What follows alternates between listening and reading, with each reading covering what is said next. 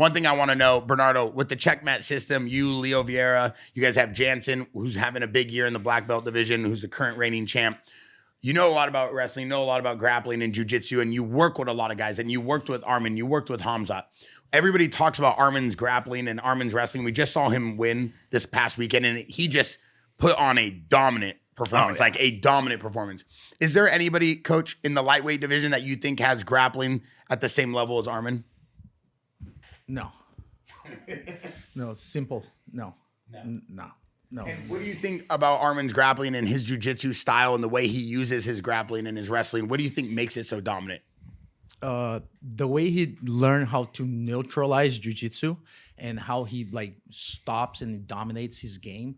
He's not trying to exchange positions on jiu-jitsu and trying to just like roll with the guy. And I feel like that's like a mistake a lot of guys do. So he just like, you can see against Charles, right? Charles was trying to do jiu-jitsu. He was just like controlling, just worry about controlling and stopping Charles from doing things. And then when he got the opening, then he starts hitting. And that's what makes him danger. Even with the guys just doing jiu-jitsu over here, he learned how to be on top, even passing and doing things that he would just wait and let the guy expose himself. Then he would take advantage of those openings. Then he evolved. Then he go do the next move. So, and he's strong, man. That's what I hear everybody says, he's fucking strong. Right? I was like, how strong is that motherfucker? And then, Coach, you also got to watch the entire Khamzat Chimaev camp when he was getting ready for the belt against DDP. And you see the way Khamzat Chimaev runs through guys at practice. You see how many guys he comes in here. Is there something different from the way Khamzat runs a camp and the way he was doing his grappling and his jiu-jitsu? Do you see anybody in his division being able to come close to him? No, man. I was impressed. You know, it's like his jiu-jitsu coach. I've been friends since we're blue belts, like more than 20 years. Alan and Alfinfo, and man, it shows that he's been training jiu-jitsu a lot because he's a beast. Like he dominates and he imposes his game, and I feel like he knows how to use how tall he is and how his length is. So he already has a game really adapt for his size.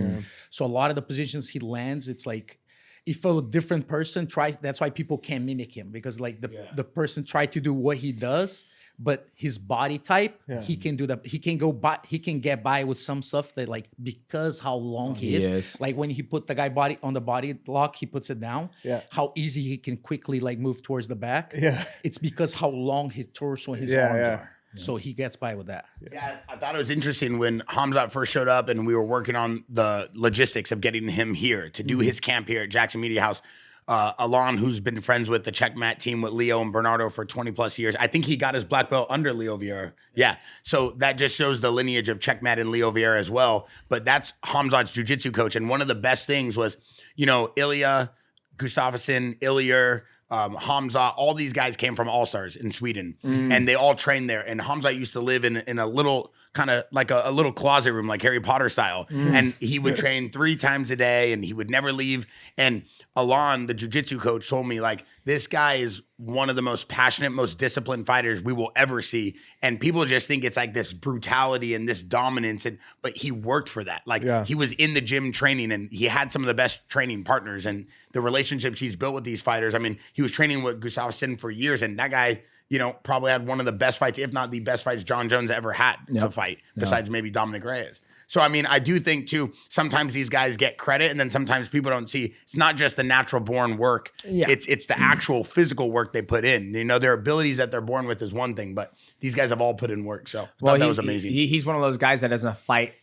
There's a point in time where he was fighting all the fucking time. All the time. And then he kind of disappears and then he comes back and then he's gone where, you know, nowadays, you don't see the champions fight as often. It's like you might see him fight once a year, maybe twice. Fuck, man, we've seen Arman Sarukian fucking grapple 4 times in like 4 months. Oh, he's making so much money. I mean, it's like, hey, he's getting 200K every 2 weeks. Yeah, but he just bought a new Bugatti. Yeah, but I mean, for him to be like the activity, it's like, you know, back in the day when Anderson Silva was fighting, you would see him fight at least 2 or 3 times. I mean, look at your title run, Mighty. You were fighting 3-4 times a year for a belt. Yeah, and so I feel like payday. Those guys, you don't see them fight as much. Where I would love to see Khamzat fight as more. Will that change with Paramount? I don't know. We'll have to see. Are we all, before we go, are we all excited for Paramount? Khalil, you're the most active fighter we have here right now. Yeah, I'm excited about Paramount.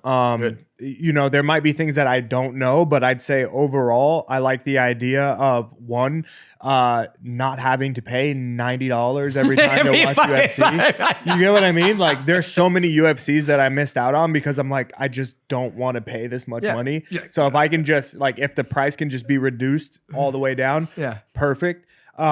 Way more eyes. So it's like, I think it's good for the sport. We're going to grow. We're going to be in more homes. It's going to be huge. You know what I mean? It seems like now. We just saw the Golden Globes. Mackenzie Dern and Brian Ortega. What do we think about that little? Yeah, I mean, wait, no comment, dog. Shut up, Mackenzie no Dern. comment. They're not together. No, they're not together, but that was a great segment. It was a great segment, but I love how people were just like, I love the internet because the internet's just undefeated. And I was like, somebody goes, holy shit, I forgot Mackenzie Dern was a champion. I was like, oh shit, I did too.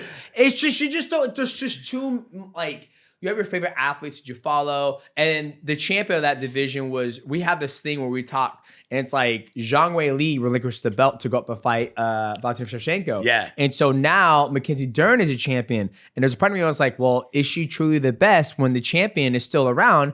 Once you release the belt, you're the best. You're the best. So, but the internet, the hardcore MMA fans are like, nah. It's like Ilia Topuria versus Islam. Like, is Ilia Topuria truly the best lightweight in the world? Where Islam is still around, it's like they never fought. So, but I would love to see that fight. Just spin it. Mackenzie Dern is the champ. She's also one of our girls. She's with Coach Perillo, and she's a dog. She's in here non